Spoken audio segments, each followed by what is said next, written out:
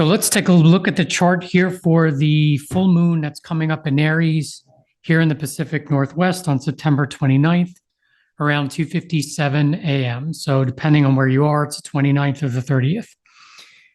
So this full moon is taking place at 6 degrees Aries, and we had new moons this year on March 21st at 0 degrees Aries.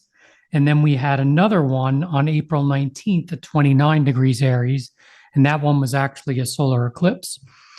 So if you can rack your brain and think back to the March, April timeframe of this year, something was seeded that now becomes full. Oftentimes we can't do that. Normally it's just a thought that comes to us. Sometimes it can be something that you can pinpoint. That's why I kind of like to mention it, but that's certainly not always the case. And so with this new moon, I took a look at the Sabian for 7 degrees Aries, which is what this would represent. And the gist of it was splitting your energy, or successfully splitting your energy, or being able to do two things at once. And what I was getting when I looked at this is splitting energy, but not successfully. And so for yourself, I feel that this full moon in Aries is bringing to light an area where you were splitting your energy, but not so successfully. So this is in the sign of Aries, which is ruled by Mars. So Mars will add context to this full moon. And then the ruler of Libra, which is where Mars is Venus, which is over here, which will add some more context to this full moon. So we have Mars that's in a supportive aspect to Venus. So that's certainly, just from a symbolic standpoint, supportive of relationships. And then looking at the archetypes, we have Mars conjunct the South Node in Libra, and we have Venus in the sign of Leo. So Mars conjunct the South Node in Libra, relationships from the past. It's just relationships. Libra is externalizing your experience in relationships to other people. And Aries Mars energy is, I need to do me. So I'm taking actions, I'm doing the things I need to do. How does that come out in relationship to other people? So with this South Node conjunct the ruler of this full moon in Aries in the sign of Libra, Mars is taking action. It is the ruler of Aries, and it's in this Libra area. So where have you, this could be relationships. It doesn't have to be, although this energy has relationships written all over it. In relationships, where have you split your energy? Where are you half in and half out of relationships? Maybe there was a new relationship that formed in March or April of this year, and you've been engaged in a relationship and you weren't really sure. Do you go closer in the relationship? Do you get farther away? Where do I stand? Is this supportive of me, Aries energy? So that can certainly be a symbol here. And it's supportive of this Venus in Leo, and Venus in Leo has to do, just think of that symbolism of Venus in Leo. Leo is one that's ruled by the sun. So it says, I have to be able to shine here. I need to express my creativity. I need to do the things that light me up, and I need absolute freedom to be able to do that. Aries is another sign of absolute freedom. So how do you maintain this absolute freedom and express your creativity in relationships to others? So what I'm seeing with this full moon is any place where you have not been so sure, I get the Two of Swords card in the tarot that comes to mind, is trying to figure things out. And I'm not really sure where to express myself, or the right ways to express myself, or what relationships support my unique expression. And so that's something that's going to come to light potentially during this full moon in Aries. The other aspects that pop out at me here is This Mars conjunct the South Node is in a square to Pluto retrograde at 27 degrees in Capricorn. And so there's some distance here. It's not an exact square. It's not like Pluto's at 21 degrees Capricorn. It is at 27. So there's a little bit of separation there, which still needs to be taken into account. And so this aspect is one of thought patterns or consciousness. That's more so this pattern.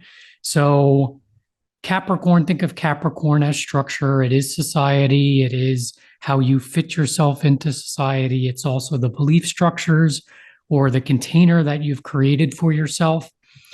So there's a reorientation here or something coming to light where you become more aware of areas where you were splitting your energy is part of that energy or part of that aspect. And then there's the tension aspect up here, which is exact between this Venus and Leo and Uranus and Taurus retrograde. So we do have all of this energy retrograde. We still have planets, plenty of planets retrograde.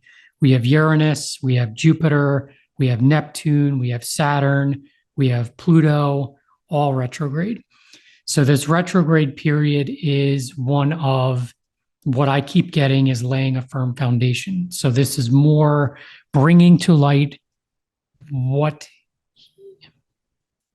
where you have created a foundation that's not really honoring all of who you are, whether that be relationships, which I see that big time, relationships, your creative self-expression, Venus and Leo.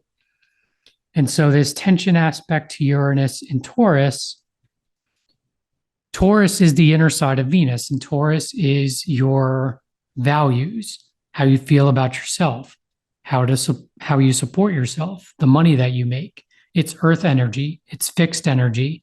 When you're comfortable in a certain area or you've participated in a relationship or an experience or a situation for a long period of time, there begins to be a fixity to it. And when that fixity becomes too much, where it's preventing you from growing or evolving or being in a place where you're more aligned, it needs to change. That's literally the symbol of Uranus and Taurus. Quick changes, quick downloads of information, external circumstances that shift, that break apart any foundation that is not supportive of who you are. And so this aspect here, where this one is more of my consciousness or how I'm creating my reality or the thought patterns, that's this type of aspect here between Pluto and Mars. This one up here is more of a yang action-oriented tension aspect. So what I'm getting here with this Venus and Leo is I really need to shine. I really need to focus my energy in a way that feels good for me, that's creative, and align myself with relationships that are actually helping me to actualize that. They can see me, they support me, it feels good to me. Those type of relationships are the ones that I need, I want to call into myself. So are relationships in my life right now that don't do that? Or are there relationships that get formed at this period of time which do support that, but maybe they create a little bit of tension in terms of what I'm getting here is where I've been imprinted from past relationships. I've been imprinted from past experiences. And so maybe, now I'm just using this as an example, a new relationship comes into my reality. Maybe this was back towards the beginning of the year or could potentially come in now.